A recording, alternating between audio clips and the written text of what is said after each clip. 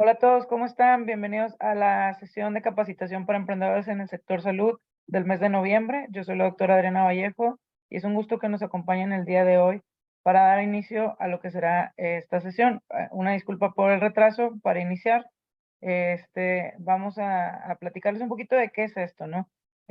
Son capacitaciones, perdón, aquí con el mes, pero bueno, están dirigidas hacia emprendedores en fases tempranas que principalmente están desarrollando algún proyecto en base a los objetivos de desarrollo sostenible, utilizando herramientas de salud digital, dispositivos médicos, inteligencia artificial, realidad aumentada, wearables, biotecnología, entre otras, y es organizado por Hacking Health Monterrey, Health IDS y el Centro Mexicano Pro Bono, que aquí dirige Ivette. El día de hoy, antes de comenzar, me gustaría darle la palabra a Ivette para que nos platicara acerca un poco del Centro Mexicano Pro Bono, por favor.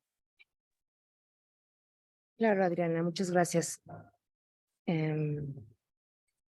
Bueno, Centro Mexicano Pro Bono es una organización sin fines de lucro que nos dedicamos a gestionar y administrar labor legal pro bono, entendida como servicios legales gratuitos a personas de escasos recursos, así como a organizaciones de la sociedad civil, microemprendedores y emprendedores sociales. Y bueno, pues ya tenemos ahí una trayectoria y alianza con Hacking Health para apoyarles en temas de capacitación legal con abogados de nuestra red, que son de despachos de primer nivel en el país. Excelente, pues muchísimas gracias, Ivette. Como saben, bueno, ustedes ya tenemos tiempo colaborando, haciendo estas capacitaciones. Comenzamos hace un par de años. Y bueno, hemos continuado. Sabemos que por cuestiones de trabajo, algunos van a ver la conferencia en presencial y otros lo están viendo en remoto, lo van a ver más tarde. Si acaso tuvieran preguntas para nuestra ponente del día de hoy, pudieran enviárnoslas por correo, las personas que están viéndolo en remoto, y podemos hacérselas llegar, ¿verdad? Para que sepan y desde ahora, ¿cómo se llama?, lo tengamos en cuenta. El día de hoy vamos a presentarles a nuestra ponente del día de hoy. Ella es la licenciada Carla Almeida, perdón, Almeida, perdón, quien trabaja en el despacho de Jauregui del Valle, cual es uno de los despachos de abogados que ofrecen servicios integrales más reconocido en México. Durante más de 4 décadas han participado en algunas de las operaciones legales de mayor perfil del país, ya sea estructurando con éxito operaciones complejas para proyectos de inversión en México o participando en la colaboración de créditos multimillonarios para activar actividades, perdón, productivas. Han brindado asesoría legal al sector público en la privatización de empresas y servicios, incluyendo los dos primeros proyectos de asociación público-privada en México. Por su parte, la licenciada Carla Almeida Díaz es licenciada en Derecho por la Universidad de Anáhuac, asociada de Jauregui y del Valle, y sus áreas de especialización son litigios laborales, derecho laboral, elaboración de documentos jurídicos y asesoría jurídica. Bienvenida. Hola, buenos días a todos. Muchísimas gracias, Adriana. Ay, perdón, no había. Aquí está para que nos veamos todas las caras. Excelente. ¿Qué tal? Buenos días a todos. Bueno, primero que nada agradecer la invitación para yo poder presentar este webinar con ustedes y pues obviamente a ustedes el tiempo para poder aparecerse aquí y poder tomar la información. Obviamente una disculpa por la demora, pero aquí como abogados luego nos salen bomberazos por todos lados y tenemos que atenderlos de manera oportuna, ¿no? Bueno, para empezar, la verdad es que me gustaría un poquito detallar lo que es, la verdad es que la relación de trabajo o lo que se entiende por una relación de trabajo.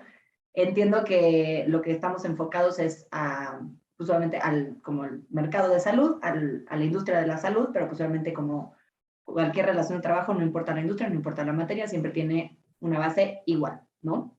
Entonces, empezamos con la relación de trabajo, que en este instante, pues obviamente son dos partes, ¿no? Lo que es el patrón y lo que es el empleado. El patrón, la Ley Federal del Trabajo, que la ley es nuestra base para cualquier tema laboral, cualquier relación laboral. La Ley Federal del Trabajo señala que un patrón puede ser ya sea una persona física o una persona moral. Persona física, es decir, una persona como ustedes, como yo, que pues, contrata empleados para prestar algún servicio. Y persona moral, usualmente una empresa debidamente registrada, incorporada todo y que contrata personal para prestar los servicios, ¿no? Y por el otro lado, o sea, la segunda cara que tenemos es el trabajador, que en este caso el trabajador es toda persona física que presta un servicio personal y subordinado a otra, ya sea moral o física, como ya dijimos, ¿no? Entonces, lo importante es siempre recordar que una relación de trabajo son dos partes, es un patrón y es un trabajador. Después, la siguiente parte, una vez que tenemos identificadas como los dos individuos, las dos instancias que conforman una relación laboral, lo siguiente que tenemos que considerar son los tipos de contratación. En este caso, la Ley Federal del Trabajo nos establece diferentes modalidades o tipos de contratación bajo la cual un patrón, una empresa o una persona puede contratar al personal. En este caso, tenemos las primeras dos modalidades, digamos como las más comunes, vamos a decirle así, sería la modalidad de un contrato individual de trabajo por tiempo indeterminado o por tiempo determinado. ¿Esto de qué depende? El tiempo indeterminado quiere decir que no tiene vigencia. Se celebra un contrato y es con vigencia indefinida. Esto no significa que las partes no puedan terminar el contrato, pero la característica del contrato por tiempo indeterminado es que no tiene vigencia, ¿no? Y después tenemos el contrato por tiempo determinado. Lo importante en este contrato, el de tiempo determinado, es considerar que el hecho de que sea determinado, es decir, tiene una vigencia establecida de tal a tal fecha, es únicamente cuando la naturaleza del trabajo que se va a prestar lo exija. Esto quiere decir, si los van a contratar un empleado para un proyecto y que el proyecto sea del día de hoy, 17 de noviembre, al 17 de enero del siguiente año. Esa es una temporalidad que por la naturaleza del trabajo que se va a prestar lo justifica, que celebres un trabajo de esta manera. Y también puede ser tiempo determinado cuando tenga por objeto sustituir a un empleado. Es decir, que tengas algún trabajador que se fue de incapacidad, por poner un ejemplo. Entonces, el patrón dice, ok, su incapacidad son 6 meses, para esos 6 meses yo necesito a alguien que cubra la posición, entonces contratas a alguien con esa temporalidad de 6 meses. Ahora es muy importante que adicional a estos dos como contratos, tipos de contratos base, tenemos también el contrato por obra determinada. El de obra determinada es un poquito más enfocado a temas de, por ejemplo, minerías, en proyectos en minas. Los proyectos en minas pues solamente dependen de que la obra en la mina esté terminada, entonces el contrato va sujeto a esa terminación de la obra. Tenemos el contrato también que se utiliza, que es por temporadas, que también cabe dentro del tiempo determinado, que es, por ejemplo, en el sector turístico. Los hoteles, los restaurantes, que saben que cuando tienen temporada alta, tienen que contratar X porcentaje de empleado mayor al que normalmente tienen, entonces se considera por temporada, y está justificada la temporalidad por la naturaleza del trabajo, porque en esa temporada, no sé, la temporada alta que sea de noviembre a febrero, de octubre a enero, que es más o menos como los meses de temporada alta, requieren contratar más gente, está la justificación de la temporalidad. Ahora bien, la ley en 2012 tuvo una reforma en la cual se introdujeron dos modalidades adicionales de contratación. La primera es la contratación por capacitación inicial. Es muy importante señalar que la capacitación es un contrato, es una contratación especial, o sea, es un contrato de capacitación inicial. No es que esté la modalidad de capacitación dentro de otro contrato, sino que es la contratación por capacitación inicial. Esta capacitación inicial tiene la modalidad de que se puede realizar al momento de contratar a una nueva persona, se puede sujetar a esta persona a esta contratación y puede ser de 3 meses hasta 6 meses la duración de la capacitación. Obviamente, dependiendo de la función, la regla general son 3 meses, es decir, 90 días, pero puede ser de hasta 6 meses. En el caso de puestos para dirección, administración, gerencial, esto es los puestos de confianza. Cuando sean puestos de estas características, dirección, administración, se puede contratar la capacitación hasta 6 meses. Ahora bien, cuando termina la capacitación, al ser un contrato como tal, un contrato sujeto a una capacitación, el contrato tiene que terminar, tiene una vigencia.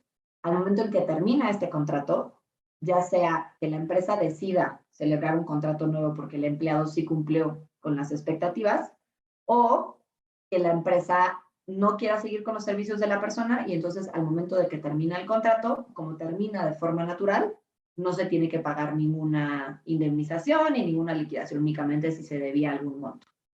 Y la segunda modalidad que se introdujo con la reforma del 2012 es el periodo de prueba. ¿Esto qué quiere decir? El periodo de prueba es parecido a la capacitación porque es una forma en la que el patrón puede corroborar que el trabajador tiene las aptitudes, tiene las habilidades para el trabajo, pero la diferencia es que el periodo de prueba es una instancia dentro de un contrato. ¿Esto qué quiere decir? Se celebra un contrato por tiempo determinado o tiempo indeterminado y dicho contrato está sujeto a un periodo de prueba. El periodo de prueba, la regla general es que no puede exceder de 30 días, pero hay casos en donde se puede extender hasta 180 de la misma razón de la capacitación, en casos de puestos de dirección, gerenciales, administrativos, etc., puestos de confianza, ¿no? Entonces, el periodo de prueba es una etapa dentro del contrato, si lo quieren, para explicarlo de una manera un poco más sencilla, tienen su contrato y dentro de ese contrato hay una etapa de prueba. Esta etapa, pongamos que son 30 días. Esos 30 días están considerados dentro de la vigencia del contrato. Esto quiere decir, si tienes un contrato por tiempo determinado de 2 años, dentro de esos 2 años, los primeros 30 días serán considerados como prueba. Una vez terminado el periodo de prueba, aquí es la diferencia con la capacitación inicial. En el periodo de prueba, si la empresa no termina la relación de trabajo continúa, por lo mismo de que está sujeta a un contrato individual de trabajo. Entonces, si no se termina la relación de trabajo, la relación continúa conforme se había contratado desde un principio. Esta es la principal diferencia con la capacitación inicial, ya que la capacitación es un contrato en toda su naturaleza.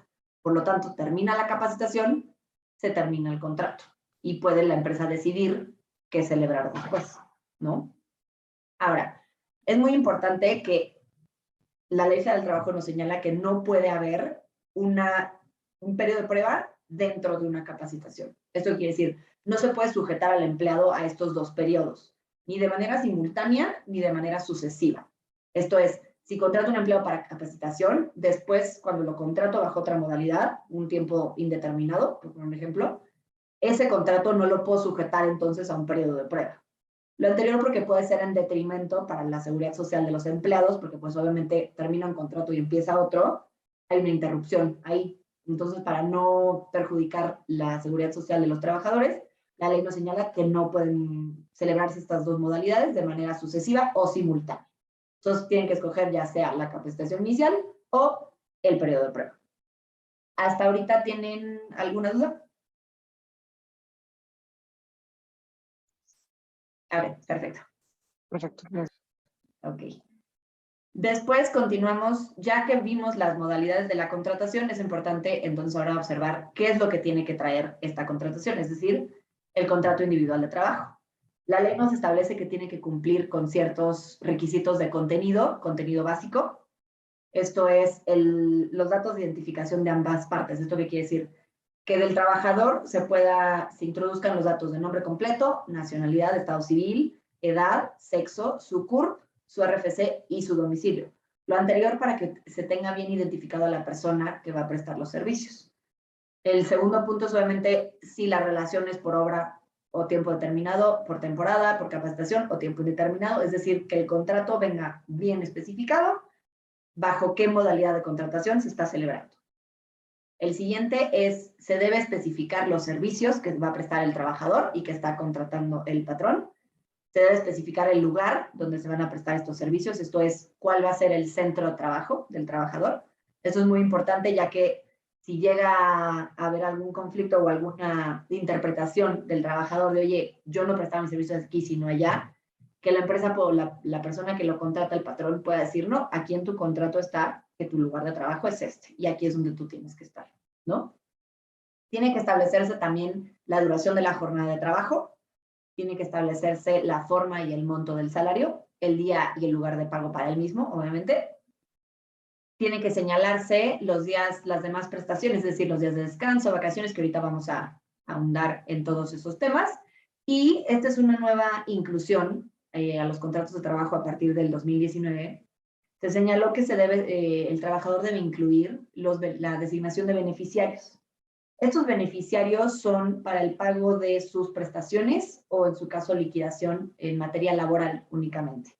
O sea, el pago de las prestaciones, lo que antes se hacía como el juicio de beneficiarios ante la Junta, en este caso hoy en día ya el tribunal, antes se hacía ese juicio donde las partes, las interesadas, ya sean los hijos, los ascendientes de una persona que llegó a fallecer, iniciaban este juicio para que entonces a ellos les pueda ser pagadas las prestaciones que correspondían al trabajador. Se estableció esta reforma mediante la cual los trabajadores desde un inicio en su contrato señalan cuáles van a ser sus beneficiarios, puede ser uno, pueden ser dos, pueden ser más, y se especifica el porcentaje que tiene cada uno. El motivo por el cual se incluyó esta adición al contrato es por todas las situaciones que venían de muerte de los trabajadores por desapariciones, por actos delincuenciales o por fallecimiento, ya sea de manera natural o accidental. Era para un poco evitar que los familiares del trabajador fallecido tuvieran que, aún y con lidiar con la muerte del familiar, tener que iniciar un juicio en el cual ellos pudieran alegar que tienen el derecho a recibir los pagos.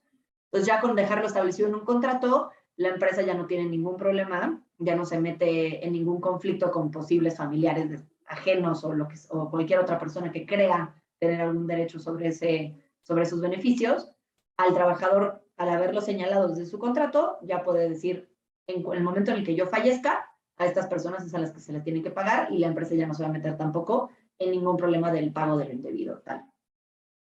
Ahora, como hablé ahorita del contenido del contrato, lo que sigue dentro de las relaciones de trabajo, cómo establecerlas, son las jornadas. La jornada de trabajo, la Ley Federal del Trabajo nos la divide en 3 tipos de jornada: la diurna, la nocturna o la mixta.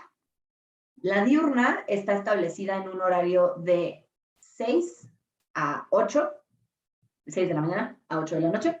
La nocturna, al revés, de 8 a 6. Y luego tenemos la mixta.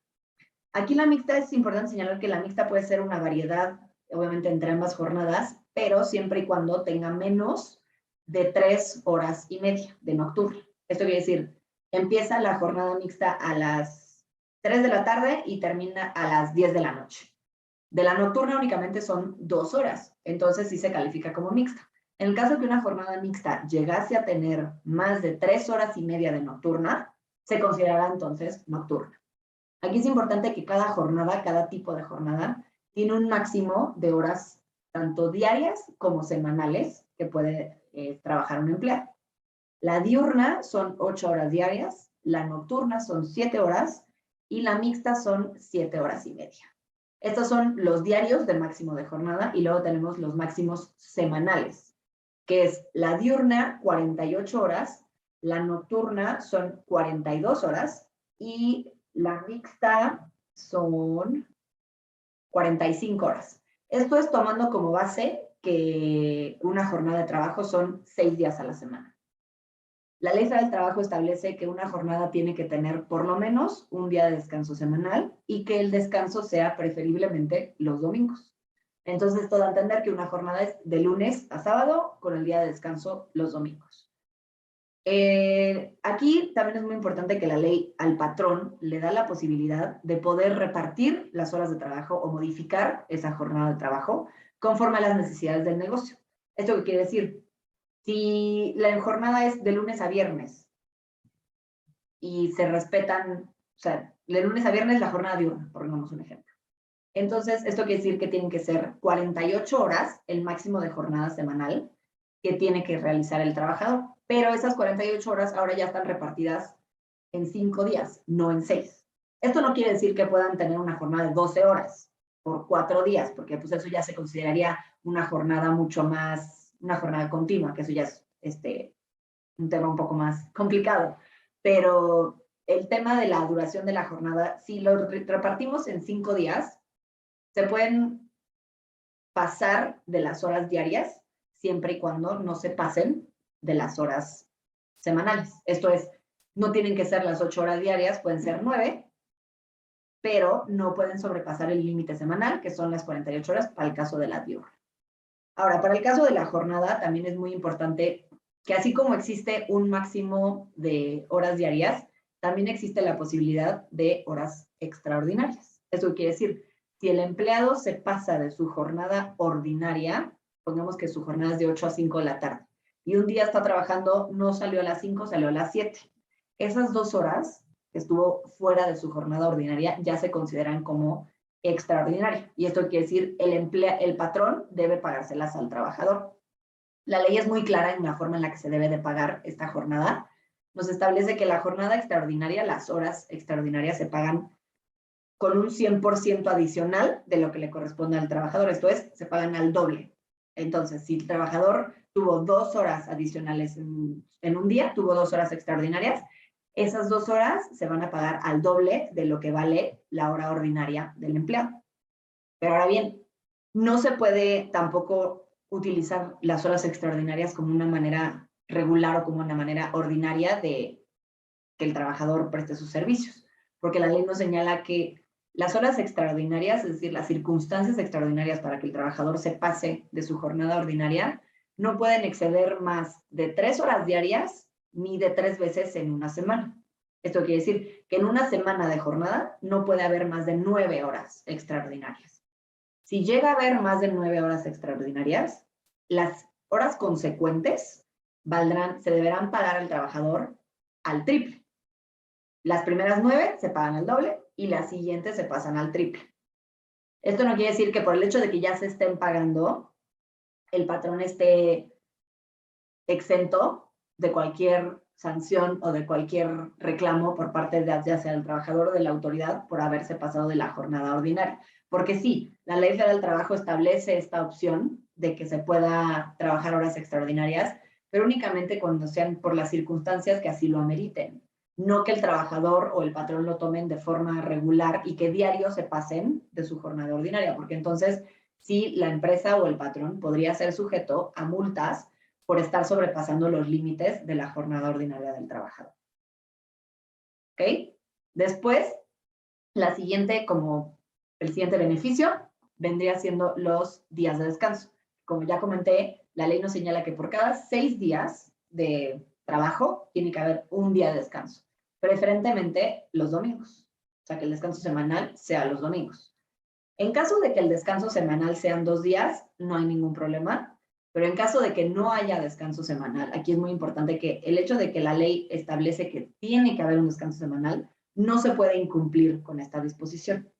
Eso quiere decir que no pueden establecer una jornada de 7 días, porque entonces sí, ya sea el trabajador o la autoridad, van a presentarse en el centro de trabajo para reclamar que están incumpliendo con las disposiciones de la ley.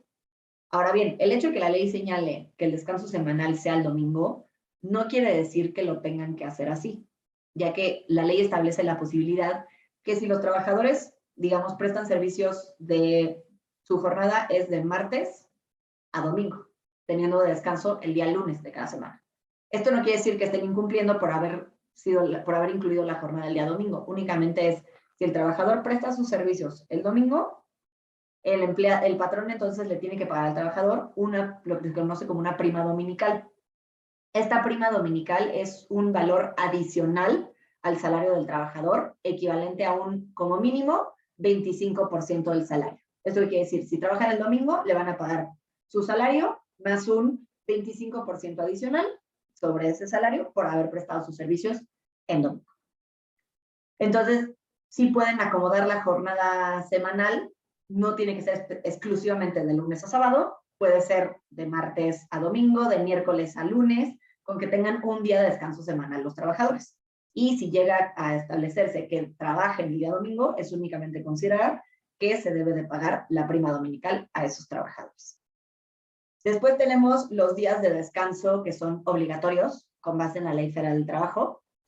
Estos a todos nos gustaría que fueran muchísimos más días de descanso obligatorios, lamentablemente no tenemos muchos, pero los que son establecidos en la Ley Federal del Trabajo, hay que tomar en cuenta que adicionalmente las empresas pueden otorgar días extras pero los que son por ley obligatorios que todas las empresas deben respetar son el 1 de enero, el primer lunes de febrero, que esto es en conmemoración al 5 de febrero, el tercer lunes de marzo, en conmemoración al 21 de marzo, el 1 de mayo, el 16 de septiembre, el tercer lunes de noviembre, en conmemoración del 20 de noviembre, que es el que tenemos este fin de semana, pero si no lo habían notado, el siguiente lunes tenemos puente, que es justo por esta ocasión, por el tercer lunes de noviembre.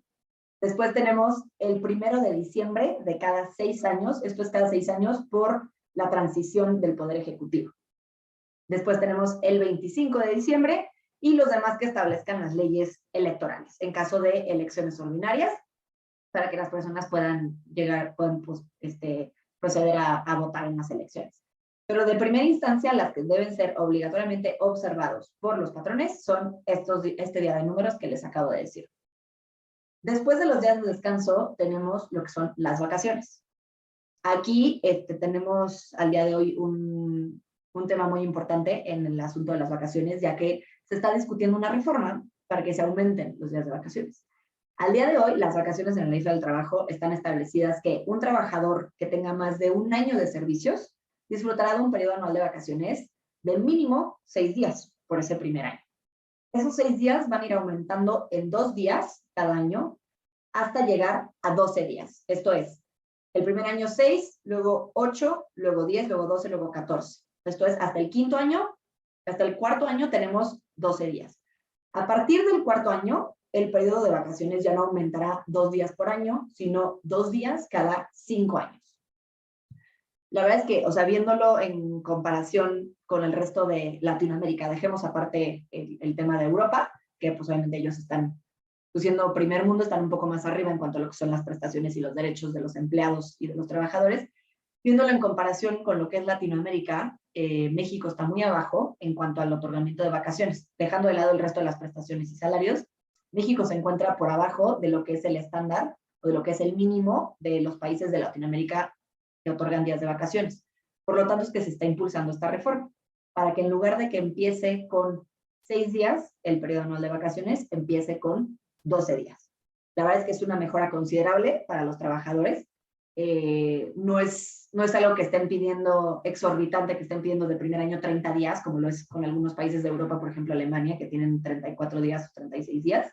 Entonces, no es una exigencia ni una suposición que sea exorbitante y que sea exagerada, es únicamente poder estar a la altura del resto de los países de Latinoamérica, porque realmente 6 días por año, pues sí es deplorable, ¿no? Esos días de vacaciones. Entonces, el hecho de que ya se esté discutiendo esta reforma para el aumento de días de vacaciones, pues es una muy buena señal de que vamos por buen camino. Hasta ahorita no se ha terminado el proceso de la aprobación de la reforma, apenas está en la primera etapa, pero pues va por buen camino, ya fue aprobada en la primera etapa, entonces esperemos que sí pase. Adicional a los días de vacaciones, los trabajadores tienen derecho a recibir una prima vacacional. Esta prima vacacional es, según la ley, lo mínimo el 25% sobre el salario que corresponde a los días de vacaciones. Esto quiere decir, un empleado recibe 10 pesos diarios y tiene 6 días de vacaciones. Por lo tanto, el salario que le corresponde por esos días de vacaciones son 60 pesos por una jornada de 6 días, supongamos.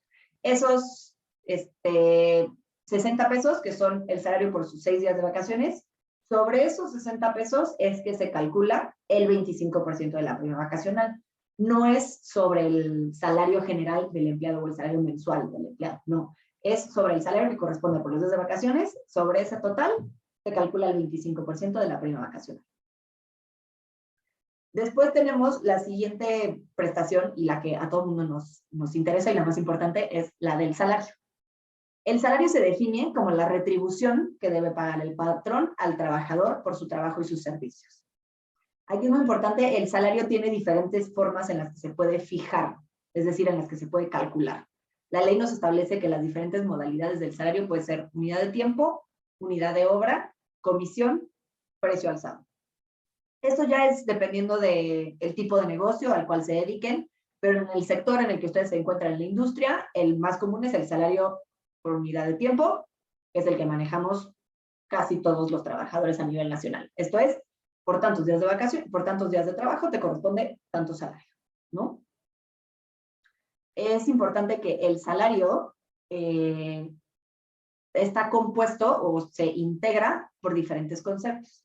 Esto es muy importante que quede muy claro porque llega a suceder que las empresas no tienen muy claro qué es lo que se considera como parte del salario. Aquí es muy importante, el salario se define como la retribución que debe pagar el trabajador por su trabajo, pero esa retribución no es únicamente lo que recibimos, por ejemplo, vía nómina, o lo que se paga vía nómina a los empleados.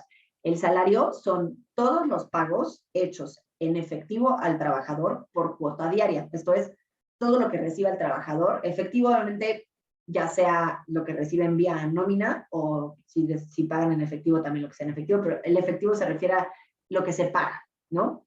¿Y esto qué incluye? Incluye las gratificaciones, incluye las primas, incluye comisiones, incluye prestaciones en especie. ¿Esto qué quiere decir? Si llega a haber la prestación de comedor en la oficina.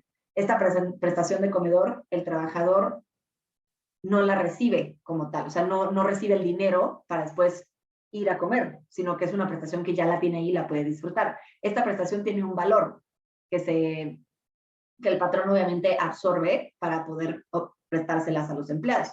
Esa prestación es una prestación en especie.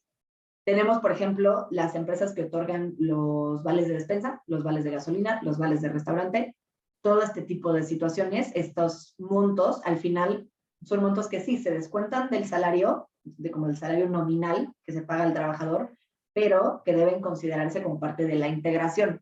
Aquí la integración del salario se toma en cuenta para las situaciones de indemnizaciones laborales. ¿Esto qué quiere decir? Si se llega a que, ahorita vamos a tocar el tema un poco más adelante, si se llega a dar la situación, se termina una relación de trabajo, se debe, en ciertas circunstancias, ciertas situaciones, se paga una indemnización. La indemnización está compuesta de ciertos montos, que esos montos deben ser calculados con el salario integrado. Entonces, por eso es muy importante tener presente qué es lo que integra un salario. Entonces, son todos los pagos hechos en efectivo por cuota diaria al trabajador. Esto quiere decir, la prima vacacional, por ejemplo, esa prima vacacional se paga al trabajador. Entonces, ese monto de prima integra el salario. Después tenemos el aguinaldo, por ejemplo. El aguinaldo también se paga al trabajador. Ese aguinaldo también integra el salario. Ahorita que terminemos el salario, ya ven, bueno, de una vez discutimos la última prestación que nos faltaba, que es el pago del aguinaldo. El pago del aguinaldo, la Ley Federal del Trabajo nos establece que debe ser pagado a los empleados a más tardar el 20 de diciembre de cada año y debe ser un mínimo de 15 días por año. Esto es, 15 días íntegros del salario del empleado se deben de pagar. Hay empresas, obviamente, que pueden otorgar prestaciones mayores, está en toda la libertad de que puedan otorgar prestaciones mayores, pero lo que deben respetar son los mínimos establecidos por la ley. Después del salario, tenemos pues la siguiente etapa de lo que es una relación de trabajo, que pues son las terminaciones de las relaciones de trabajo, ¿no? Hay tres tipos de situaciones en las cuales, dos tipos de situaciones en las cuales puede terminar una relación. Tenemos las causas de terminación natural de una relación o tenemos la terminación de la relación de trabajo por medio de una rescisión. Primero vamos a hablar de las terminaciones naturales de la relación de trabajo. La terminación natural quiere decir que no es por causa de ninguna de ambas partes que hayan solicitado o que hayan hecho alguna acción que derive esa terminación. La terminación de las relaciones de trabajo, aquí digo, yo manejé ambos términos, pero es muy importante que se distinga. La terminación, cuando la ley habla de terminación de la relación de trabajo, es por estas causas que ya están establecidas y que son las señaladas por la ley y no hay más. Y la otra parte que tenemos es la rescisión, que en este caso es cuando se termina, sí, por causa de alguna de las dos partes. Eso es la rescisión. Entonces, la terminación de la relación de trabajo, tenemos diferentes supuestos que nos establece la ley que serán causa a que termine una relación. La primera es el mutuo consentimiento de las partes. Esto es, que ambas partes, mediante un convenio de terminación, establezcan que es su decisión dar por terminada la relación de trabajo y con eso ya se termina. Aquí es muy importante que el convenio sí es importante que se celebre, ya que de cualquier otra forma pues no hay manera de comprobar o de poder comprobar que ambas partes estuvieron de acuerdo. porque si no, el trabajador podría decir, no, pues yo no estuve de acuerdo que me terminaran, dijeron que era de mutuo consentimiento, pero yo no estuve de acuerdo. No tengo ningún documento que señale que estuve de acuerdo con dicha terminación. Entonces, por eso es muy importante que sí se celebre este convenio de terminación. Después, el siguiente que tenemos es la muerte del trabajador. Obviamente, la muerte del trabajador implica ya una terminación de la relación de trabajo. Después tenemos una terminación de la obra o el término del contrato. Esto quiere decir, cuando hablamos de las modalidades de contrato, que les platicaba que existe contrato por obra determinada o por tiempo determinado, obviamente cuando la obra llega a su fin o cuando el término llega a su vigencia, eso acarrea la terminación natural de un contrato. Entonces, es una terminación de la relación de trabajo. El siguiente que tenemos es la incapacidad física o mental del trabajador que haga imposible la prestación del trabajo. Aquí es muy importante hacer énfasis en este enunciado, es que haga imposible la prestación, porque existen incapacidades físicas o mentales que no inhabilitan al trabajador a prestar el servicio. No sé, algún tema en la visión, algún tema en la audición, que no inhabiliten al trabajador a prestar sus servicios. Entonces, por lo tanto, no hace imposible la prestación del trabajo y no es causal para la terminación de la relación de trabajo. Aquí es muy importante que cuando se trata de una incapacidad, es decir, que la terminación sea derivada de una incapacidad, la Ley Federal del Trabajo establece que el trabajador tiene derecho a que se le pague 1 mes de salario y 12 días por cada año de servicio. Estos 12 días por cada año de servicio es lo que se conoce como prima de antigüedad, pero ahorita vamos a hablar de ese tema.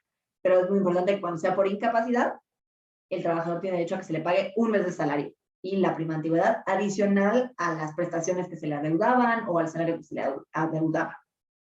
Ahora bien, la otra parte es la rescisión de las relaciones de trabajo. La rescisión es muy importante porque considera que se rescinde, valga la redundancia, una relación de trabajo sin responsabilidad para la otra parte. Aquí, por el sector en el que estamos tratando, vamos a hablar de la rescisión sin responsabilidad para el patrón. La rescisión obviamente se puede dar en cualquier momento de la relación de trabajo, siempre y cuando se actualicen las causales que establece la ley. Esto es, como referencia, el artículo 47 de la Ley Federal del Trabajo, es el que nos establece las causas de rescisión de la relación de trabajo. Son varios incisos, yo les voy a platicar un poquito de los más importantes. Tenemos el primero, obviamente, es el de engañar el trabajador, ya sea al sindicato o al patrón, en relación con sus capacidades, sus aptitudes, sus facultades o en sus referencias. ¿Esto qué quiere decir? Si el trabajador presentó, no sé, un certificado de que contaba con habilidades en cierto software o en cierta aplicación, pero en realidad no los tiene y eso estaba falsificado, esto dará al patrón una justificación para rescindir la relación de trabajo sin responsabilidad. Lo que implica que sea sin responsabilidad quiere decir que no debe pagar ninguna indemnización cuando se actualice cualquiera de las causas que establece la Ley Federal del Trabajo. La otra de las causas que establece, que es una que siempre ha causado mucho problema entre los patrones y las empresas, porque es una causa muy ambigua. Lo que esta causa establece es incurrir el trabajador en faltas de probidad u honradez. Obviamente, faltas de probidad u honradez, si uno busca en el diccionario lo que significan, pues se entienden qué es lo que significan faltas de probidad u honradez. El problema es al momento en el que la empresa quiere comprobar que el trabajador sí las cumplió. Porque al ser un concepto que no está definido en la Ley Federal del Trabajo de a qué se refieren o qué se entiende por eso, pues queda de manera subjetiva o abierta a interpretaciones. Entonces es un poco más complicado el poder comprobar, si incurrió en faltas de honradez porque le faltó al respeto al patrón. Pues sí, pero ¿cómo le faltó al respeto? O sea, ¿tienes tú la comprobación de que le faltó al respeto? Aquí es muy importante que para la rescisión, cualquiera que sea la causa por la cual se está actualizando la rescisión, es muy importante que se tenga todo muy bien documentado. Esto quiere decir, ya sea que haya correos, ya sea que haya documentos firmados, que haya actas administrativas firmadas, pero que se tenga toda la documentación para dar el soporte de la causa por la cual se está rescindiendo la relación de trabajo. Otra causa muy importante es que el trabajador se presente a trabajar bajo influencias del alcohol o de narcóticos. Obviamente, pues, de esto depende si el patrón se da cuenta o si llega a establecer algún tipo de prueba o de medida de comprobación, pues entonces se dará cuenta que estará bajo la influencia del trabajador y esto es causa de rescisión. Otra causa de rescisión que establece la ley es que el trabajador tenga más de 3 faltas de asistencia en un periodo de 30 días que no tengan permiso o causa justificada para faltar.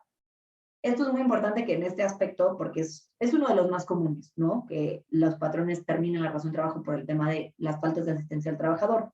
Pero aquí es muy importante que si van a utilizar estas causales, principalmente, obviamente todas requiere prueba documental, pero principalmente en esta, que es en las faltas, que obviamente la empresa tenga establecido un mecanismo en el cual pueda corroborar las faltas de asistencia, ¿no?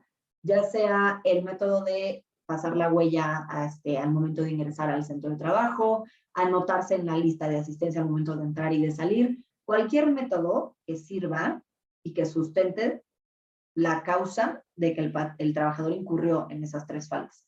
De lo contrario, si no tiene ningún mecanismo de comprobación y es únicamente que el trabajador ese día, el patrón, perdón, ese día no vio al trabajador en la empresa, pues es un tema de la palabra del patrón contra el trabajador y lamentablemente en nuestro sistema de justicia, pues tiene mayor peso la palabra del trabajador, ¿no? Entonces es muy importante que sí, digo, de adicional a que sea para temas de causas de rescisión, es muy importante que se establezcan todos estos mecanismos de comprobación, lo que es los libros de asistencia o la huella o la tarjeta que registra la entrada o la salida, todo este tipo de medidas, también que existan medidas de comprobación, por ejemplo, de que están realizando el trabajo, ya sea que lo manden por correo, ya sea que lo compartan en alguna plataforma donde se establezcan los documentos, o sea, pero que tengan todos estos mecanismos y todas estas pruebas para poder en algún momento, si se llega a dar la situación, tener todas las herramientas para poder proceder con la rescisión. Aquí es muy importante que la rescisión se debe llevar a cabo por escrito. Esto es un escrito que es obviamente para la rescisión de la relación de trabajo, en el que se debe especificar claramente cuál fue la conducta o la causa que motivó la rescisión y la fecha en la cual se cometió dicha causa. Por eso esto va ligado a que la empresa tenga todas las medidas o tenga los mecanismos para poder sustentar que están recibiendo la relación de trabajo. Este aviso de rescisión, que es el escrito que debe celebrarse, el aviso de rescisión debe entregarse al trabajador al momento del despido o hacerlo por medio del tribunal laboral, dentro de los 5 días siguientes a aquel en que se haya hecho el despido del trabajador.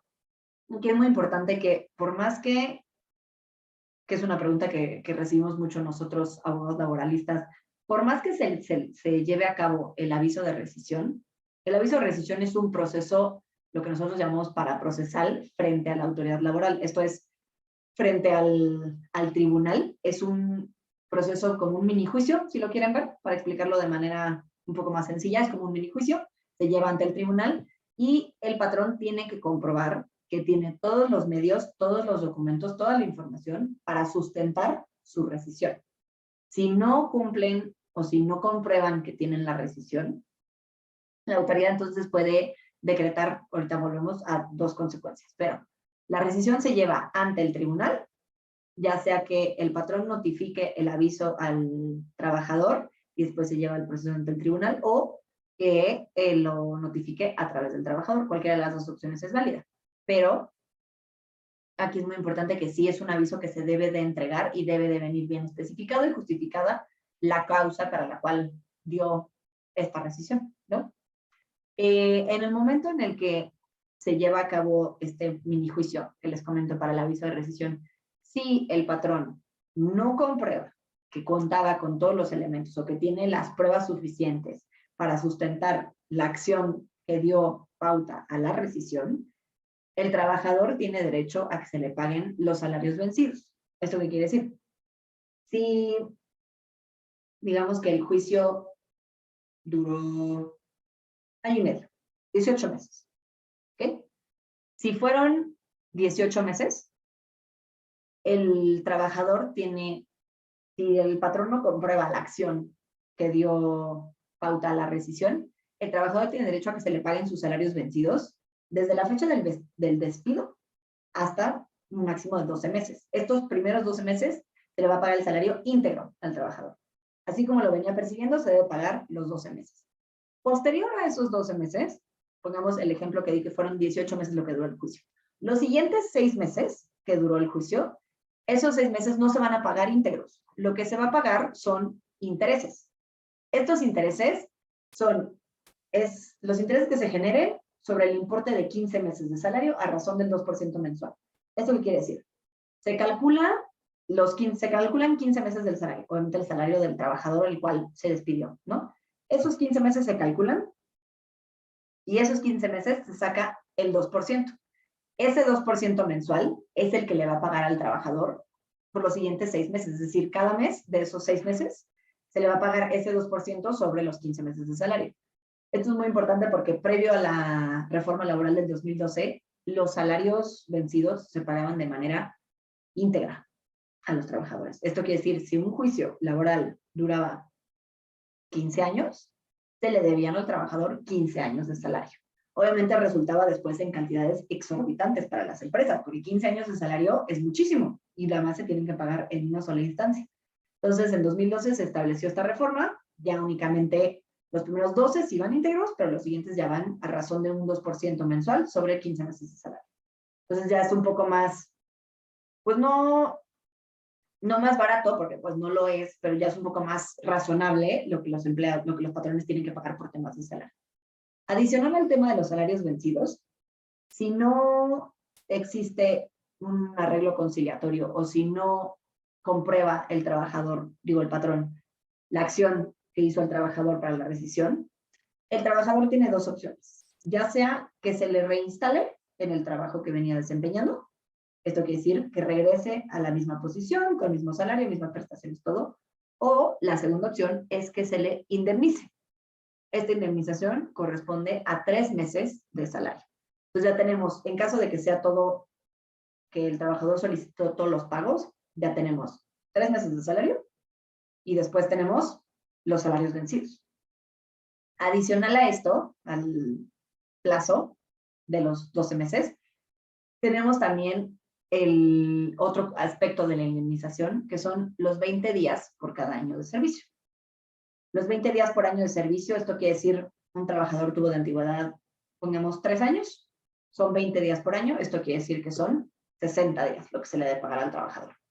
Estos 3 montos de indemnización, bueno, estos dos, los 3 meses y los 20 días por año, es lo que comentaba que debe ser calculado con base en el salario integrado. No es únicamente con el salario base diario que tiene el empleado, sino que se debe calcular el salario diario integrado, no el base, y este salario diario integrado es el que se utiliza para calcular las indemnizaciones. El resto de las demás prestaciones se calculan de manera normal con el salario diario base, pero la indemnización se calcula con el salario diario integrado. Después de las indemnizaciones, tenemos, obviamente, así como existe la rescisión por parte del patrón, también existe la rescisión por parte del trabajador. ¿Esto qué quiere decir? Que el trabajador también puede rescindir la relación de trabajo por ciertas causas que establece la Ley Federal del Trabajo. De igual forma, causas que llegue a incurrir el patrón en contra del trabajador, entonces le darán la pauta al trabajador para rescindir la relación de trabajo. Entonces, obviamente es equitativo. Existe para uno y existe para otro, ¿no? Luego, tenemos ciertas obligaciones que tienen que cumplir los patrones respecto a las relaciones de trabajo con sus empleados. También la ley nos establece un listado enorme de obligaciones, pero pues obviamente no vamos a meternos a todas las obligaciones porque pues tiene que ser un poquito exhausto el listado, ¿no? Pero pues son ciertas obligaciones que tienen que cumplir los patrones. Estas las podemos encontrar en el artículo 132 de la Ley Federal del Trabajo. Y algunas, pues, principales, les puedo platicar, es que debe de cumplir, obviamente, con las disposiciones de las normas de trabajo, eso es ya sea la Ley Federal del Trabajo, los reglamentos, etcétera, cualquiera de las disposiciones que regulen las relaciones de trabajo. Debe mantener el número suficiente. Esto es algo que siempre causa ruido con nuestros clientes, por eso lo comento, porque la ley establece que el patrón debe mantener el número suficiente de asientos o sillas a disposición de los trabajadores. Esto es obviamente en temas de oficinas, hoteles, restaurantes y otros centros de trabajo análogos. Obviamente si el tipo de trabajo no se presta a que el trabajador esté sentado, pues obviamente no aplica, ¿no?, esta disposición. Pero es una disposición que siempre causa mucho ruido con nuestros clientes, porque pues obviamente es medio extraño que la ley establezca que tienen que sentarse, pero bueno. Otra de las obligaciones que debe cumplir los patrones es que debe expedir el recibo correspondiente del salario que se le haya pagado al trabajador, ya sea el salario quincenal, si se le paga de manera quincenal al trabajador, o de manera mensual, si se le paga de manera mensual al trabajador, ¿no? También la ley establece que se debe expedir una constancia cuando un trabajador ya sea solicite irse de la empresa, esto quiere decir que renuncie o que se termine la relación de trabajo, ya sea por rescisión o porque lo despidan. En cualquiera de estos supuestos, si el trabajador lo solicita, el patrón debe entregarle una constancia. Aquí es muy importante que existe la distinción entre constancia laboral y carta de recomendación. Lo que el patrón únicamente está obligado a entregar es una constancia. ¿La constancia qué es? Es únicamente un escrito en el que ya sea el representante legal de la empresa o el personal de recursos humanos está señalando que el patrón, el trabajador de nombre tal, entró a trabajar con esta empresa a partir de tal fecha hasta tal fecha, percibiendo tal salario, desarrollando tales funciones. Eso es únicamente lo que debe constar en una constancia. Y es lo único que está obligado a entregar el patrón, no una carta de recomendación, porque luego existe esta confusión que ciertos trabajadores creen que el patrón está obligado a entregar una carta de recomendación y no. Conforme a la ley, únicamente lo que están obligados a entregar es una constancia laboral, que es únicamente un escrito donde se señalan los datos generales del trabajador mientras estuvo incorporado a la empresa. Y bueno, son varios incisos de obligaciones que debe cumplir el trabajador, pero dentro de las importantes se encuentra el proporcionar capacitación y adiestramiento a sus trabajadores. Esto es muy importante, ya que la capacitación y el adiestramiento forma parte de lo que son las comisiones mixtas, que son ciertas obligaciones o son obligaciones del patrón en cuanto a grupos que tienen que incorporar. ¿Esto qué quiere decir? El patrón tiene que cumplir con 5 tipos de comisiones.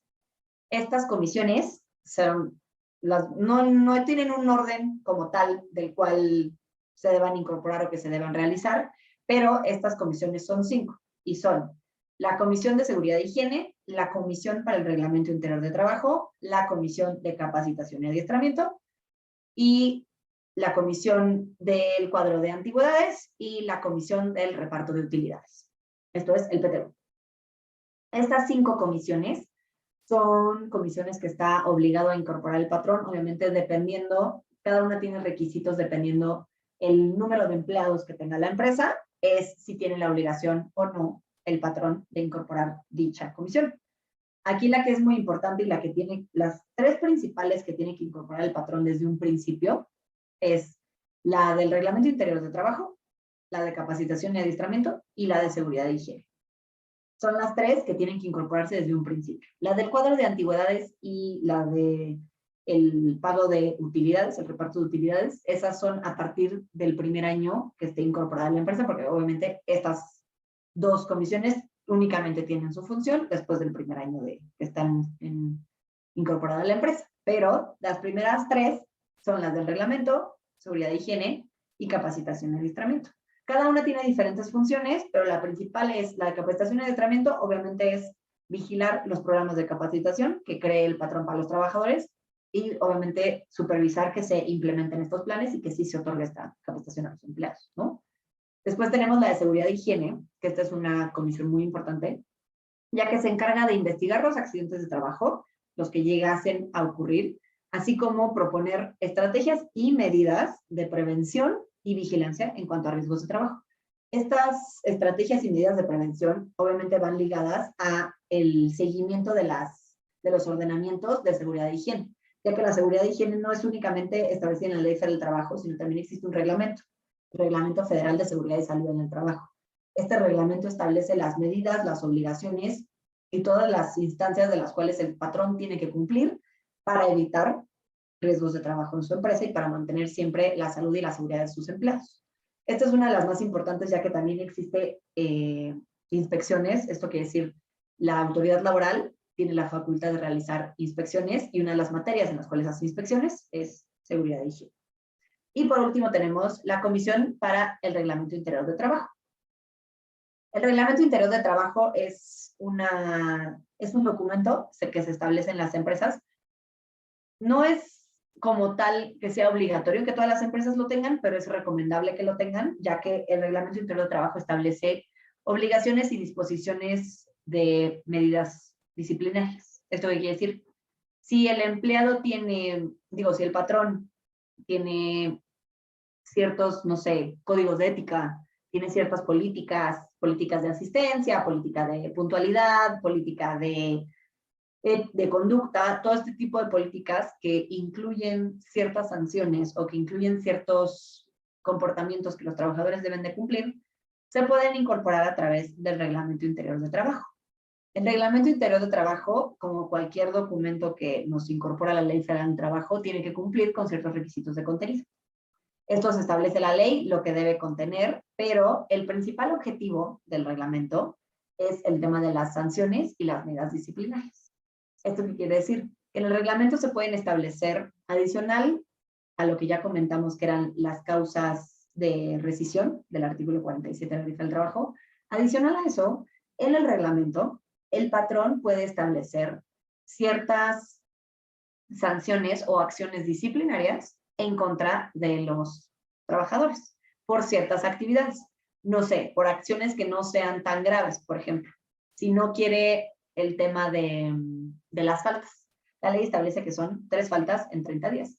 Pero, por ejemplo, si tenemos un trabajador que tiene 2 faltas en 30 días, pues puede establecer alguna sanción disciplinaria, ya sea la emisión de alguna acta administrativa. Aquí es muy importante que el Reglamento Interior de Trabajo también nos permite la suspensión de la relación de trabajo. No mayor a 8 días esta suspensión, pero también nos permite incorporar la suspensión de la relación de trabajo como medida disciplinaria para ciertas acciones que no sean de tal gravedad como las que ameritan una rescisión de la relación de trabajo.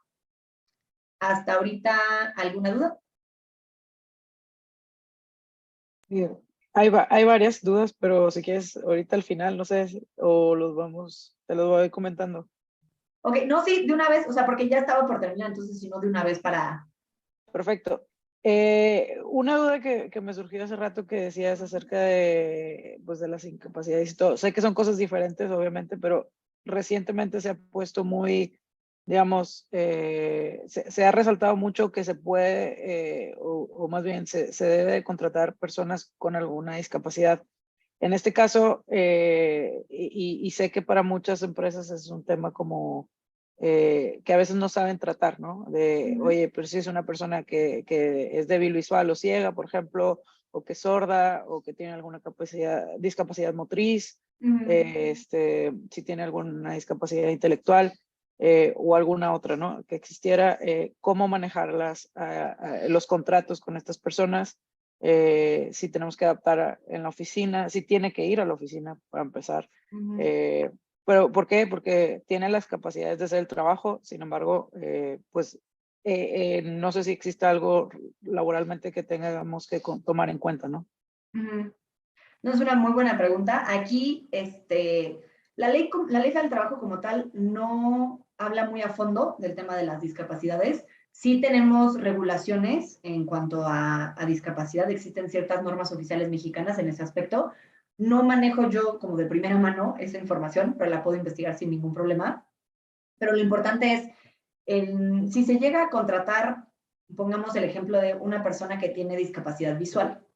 Obviamente, si tiene discapacidad visual, pues no va a poder, por ejemplo, firmar el contrato, ¿no? Entonces, lo que se puede hacer es que esa persona, a su vez, otorgue una carta poder a un familiar, no sé si es una persona casada, a su esposa o a su esposo, a su cónyuge, para que puedan firmar en su nombre el contrato. O sea, pero como establecer las herramientas de poder facilitar el cumplimiento de la relación de trabajo. Obviamente, lo que comentabas de establecer las medidas dentro del centro de trabajo, si van físicamente, pues sí se tendrían que incorporar, se tendría que adaptar el centro de trabajo, por así decirlo. Si es una persona, por ejemplo, su discapacidad es física, que no tiene movilidad en sus piernas, entonces el centro de trabajo se tiene que adaptar, ya sea con elevador, con rampas, para que pueda tener la movilidad y el espacio para poder llevar a cabo sus servicios. Aquí es muy importante, digo que esta información no la tengo yo de primera mano, aquí directo, la puedo investigar sin ningún problema y después te la comparto por correo, pero el tema de las personas con discapacidad, existen ciertas regulaciones que establecen que a partir de cierto número de empleados, la empresa puede contratar a una persona con alguna discapacidad. Te digo que o sea, sí se distingue dentro de las diferentes discapacidades, ya sea física, ya sea mental, ya sea motriz, de algún sentido, o sea, sí se hace esta distinción y pues obviamente si la empresa llega a contratar a una persona con cualquier tipo de discapacidad, pues si sí va a la oficina, se tiene que incorporar pues obviamente todo esto de las medidas que requiera esta persona, dependiendo de su discapacidad, para poder prestar sus servicios. Pero te puedo investigar la información más a fondo, y ahorita no la tengo de primera mano, pero te la puedo investigar sin ningún problema.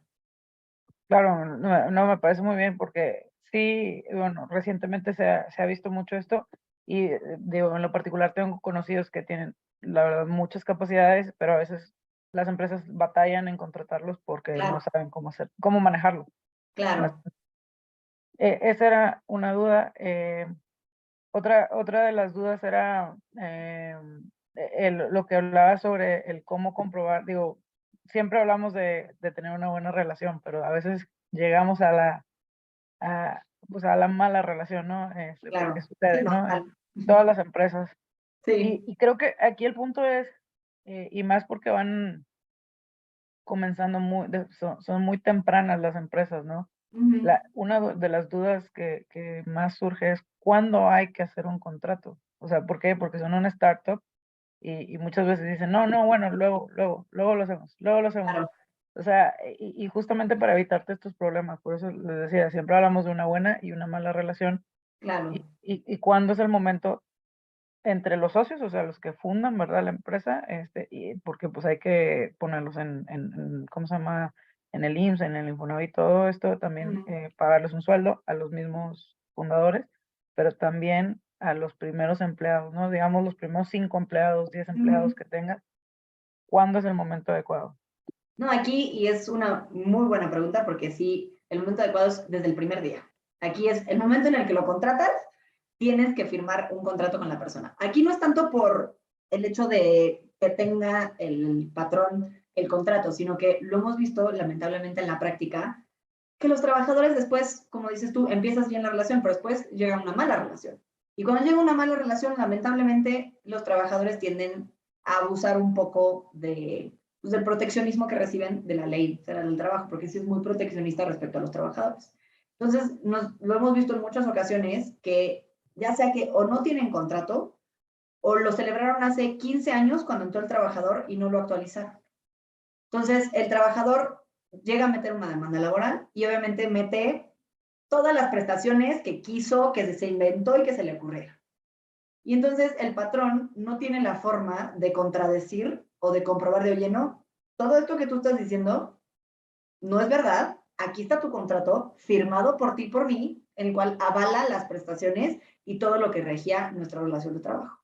Entonces, principalmente por ese aspecto es el que desde el día 1 en el que se contratan empleados, no importa que nada más sean 2 empleados y que ya después contraten los demás, o que nada más sea 5, como dices tú, esos 5, desde el primer día en el que uno los está contratando, se debe firmar contrato individual de trabajo.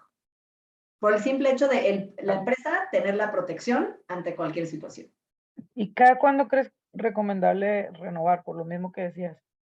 El caso de renovar como tal, dependiendo, por ejemplo, si es un contrato que se celebró por tiempo indeterminado, pues no hay necesidad de renovar. Pero, por ejemplo, si llega a dar la situación que cambian sus prestaciones después de 5 años, no te digo que renueves el contrato, sino firmar un anexo, celebrar un anexo con el trabajador para dicho contrato, para tener dentro del mismo contrato actualizadas las prestaciones. Va. Otra cosa que sucede, y te digo porque lo he vivido de ambas partes, ¿no? Es el que muchas empresas no quieren compartir los contratos para Ujú. los empleados, ¿no? Sí, No son públicos, vamos a decirlo sí. así. ¿Cómo lo ves en esta práctica, no? Porque creo que el empleado tiene derecho a tener su contrato, ¿no? Sí. Sí, y aquí nosotros somos abogados de empresa, de patrones, ¿no? Entonces siempre recibimos también esta pregunta de ¿qué hago? Porque pues sí, el trabajador tiene derecho a recibir su contrato. Pero pues realmente aquí es un poco un arma de doble filo, porque si llega a tener el trabajador su contrato, lo puede utilizar ya sea para modificarlo o para agregar cualquier otra situación que no esté contemplado dentro del contrato, ¿no? Entonces, lo que nosotros normalmente llegamos a considerar es, al momento en el que lo celebras, si el trabajador no te lo pide, tú nada más guarda el ejemplar del contrato dentro de su expediente. O sea, tener el expediente de contratación del trabajador y que ahí tengas identificado el contrato, y si no te lo pide, no lo otorgas. Si te lo pide, pues solamente ya lo otorgas porque pues sí, por ley tiene derecho el trabajador a tener una copia de su contrato, ¿no? Pero si no te lo piden, no lo otorgues, te lo quedas tú como empresa y nada más lo guardas donde lo tengas bien identificado. Ok, perfecto. Eso es un punto muy importante. Sí. Y bueno, ya, ¿cómo se llama? Ya hablaste acerca de pues, las jornadas laborales, que ese es un tema. Muchas de las startups, al menos con las que trabajamos, tienen muchos empleados que son remotos, es decir, no tienen un horario de entrada, no tienen un horario de salida, entre Sí. comillas, establecido, ¿no? Sino más bien cumple con los proyectos que te vamos dando. Por ejemplo, tienen una junta el lunes, tienen responsabilidades durante la semana y el viernes tienen otra junta para ver avances. Entonces, aquí en el tema de, por ejemplo, eh, comprobar la efectividad y que potencialmente si no está cumpliendo con las cosas, ¿cómo trabajarlo esta parte, no? Claro. No, este es un punto muy importante que la verdad es que derivado de la pandemia también se introdujo en la reforma. Con esto iba yo a cerrar con el tema del teletrabajo, lo que es el trabajo remoto, ¿no? Que aquí es muy importante porque la ley lo incluyó pensando en las oficinas normales, o sea, en oficinas corporativas, ¿no? Que sí manejan un horario, que sí manejan de 8 a 5, de 9 a 6, lo que tú quieras. O sea, lo pensó más en ese aspecto de lo que es el trabajo, no tanto para, por ejemplo, este caso, de las startups o de ciertas empresas o microempresas que son pues, están recién empezando, todo el mundo está trabajando remoto y cumples con ciertas cosas, pero no tienes como tal un programa diario, ¿no? Entonces, aquí lo importante es, obviamente se vuelve un poco más complicado, no quiero decir imposible, pero sí se vuelve un poco más complicado porque pues no tienes la visión ni el control de qué es lo que está haciendo el empleado porque tú no lo estás viendo, ¿no? Está en su tiempo y está en su espacio y él conocerá lo que tiene que hacer. Aquí lo que nosotros luego consideramos es establecer por correo, obviamente que todo esté documentado, establecer como un tipo de programa o un tipo de listado de qué es lo que tienen que cumplir, ya sea semanal, ya sea mensual, como lo manejen ustedes en formatos de entrega.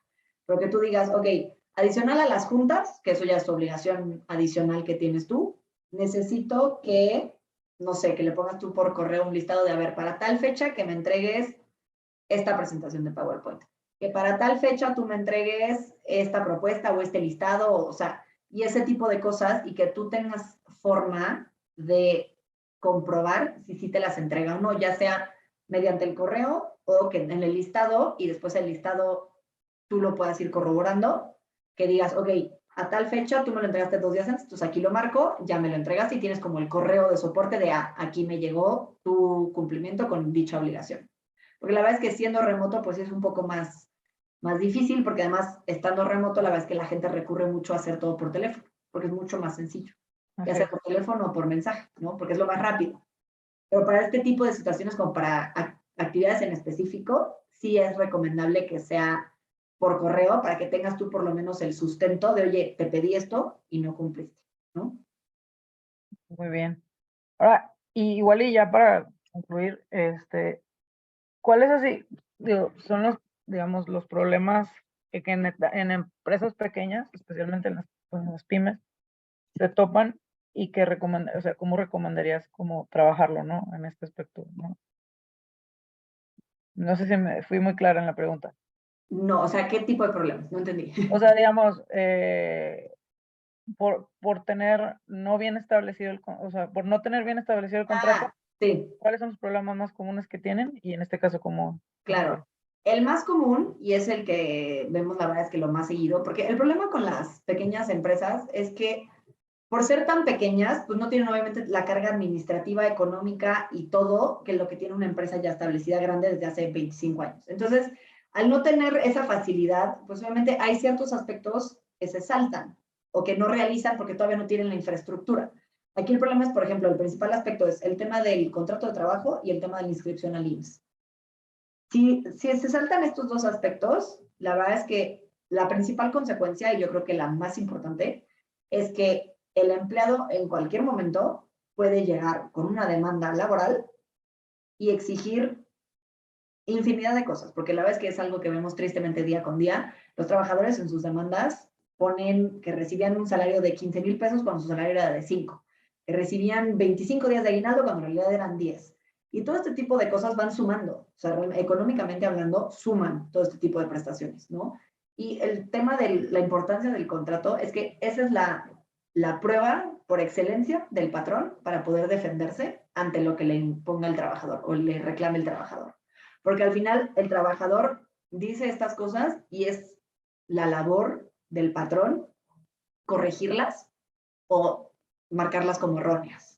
Pero para hacer eso tienes que tener tú el sustento. Entonces, la principal consecuencia que vemos justo en las pymes por no cumplir con este tipo de situaciones, la primera es demandas de empleados.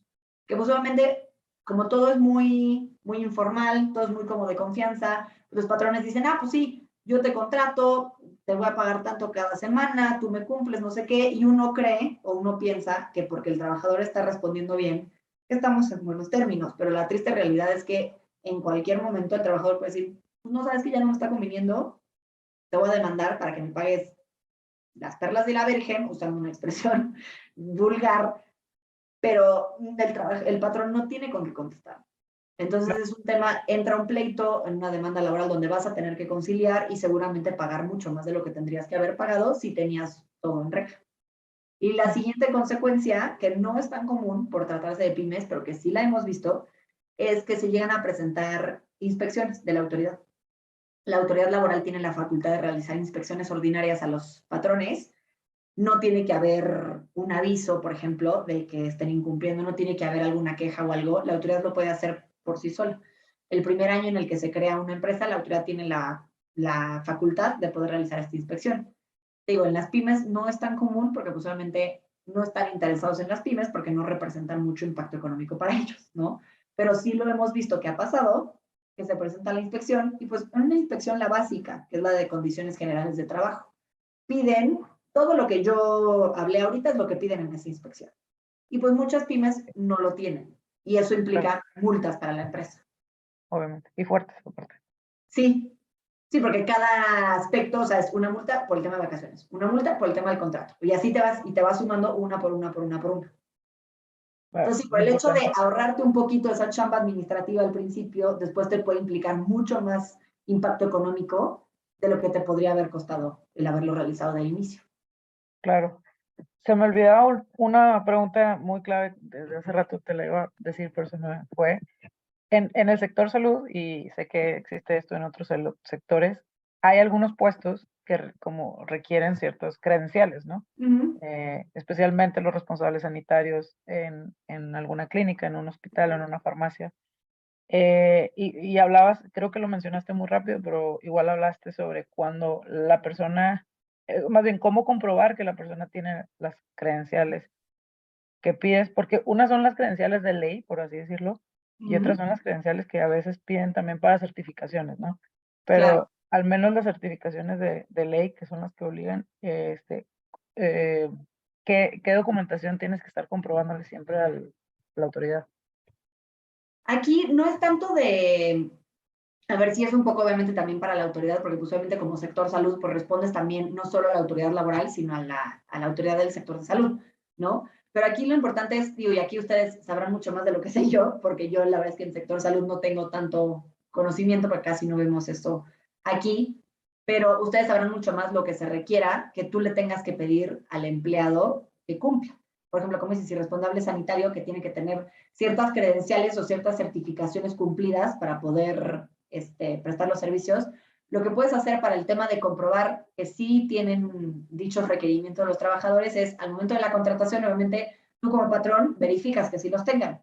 Si sí los tienen, que te entreguen una copia del mismo para que tú lo guardes en su expediente, junto con el contrato, y ya con eso tienes tú el sustento de, oye, yo verifiqué que sí cumpliera y aquí está. Muy bien. Sí, eso es muy importante. Y les digo porque cada, aquí ya hablando propiamente, le digo, cada institución tiene sus requerimientos particulares. Claro, sí, sí, Como les sí. decía, hay algunos que son de ley y hay otros que son para cumplir con certificaciones nacionales o internacionales.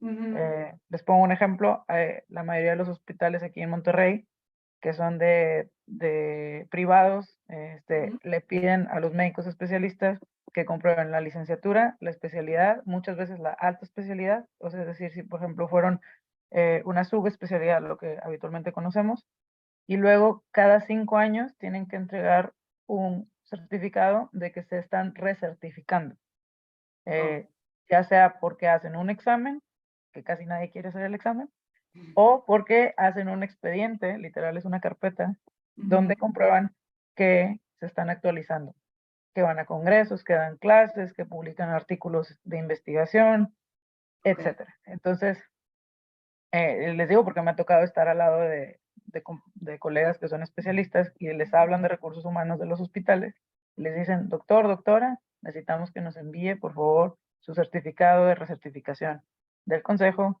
para poder seguir trabajando aquí. Y pues lo tienen que enviar. Eso es cada 5 años.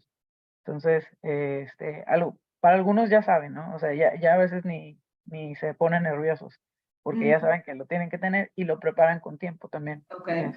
Porque les avisan, creo que un año antes les avisan, vamos, que ya se les va a vencer el consejo, ¿no? Y bueno, tienen que recertificarse.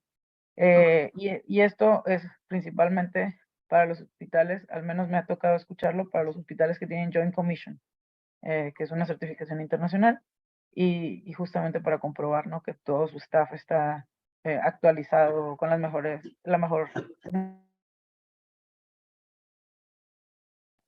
Entonces, bueno, esas eran las preguntas.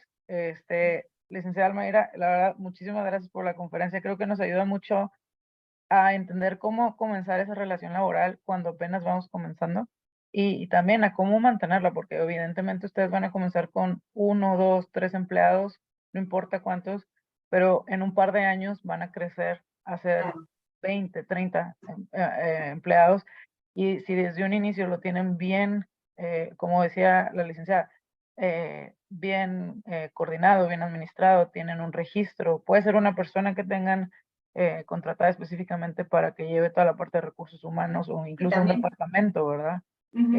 Que conforme van creciendo las empresas, pues así es. Pero sí es algo muy, muy importante para que ustedes estén bien, para que sus empleados estén bien y, bueno, al final la empresa esté bien, ¿verdad? Claro. No, y también cualquier duda que tengan, con toda confianza, bueno, tú, Adriana, tienes mi correo, pues, cualquier duda que tengan adelante, estamos a toda su disposición. Perfecto.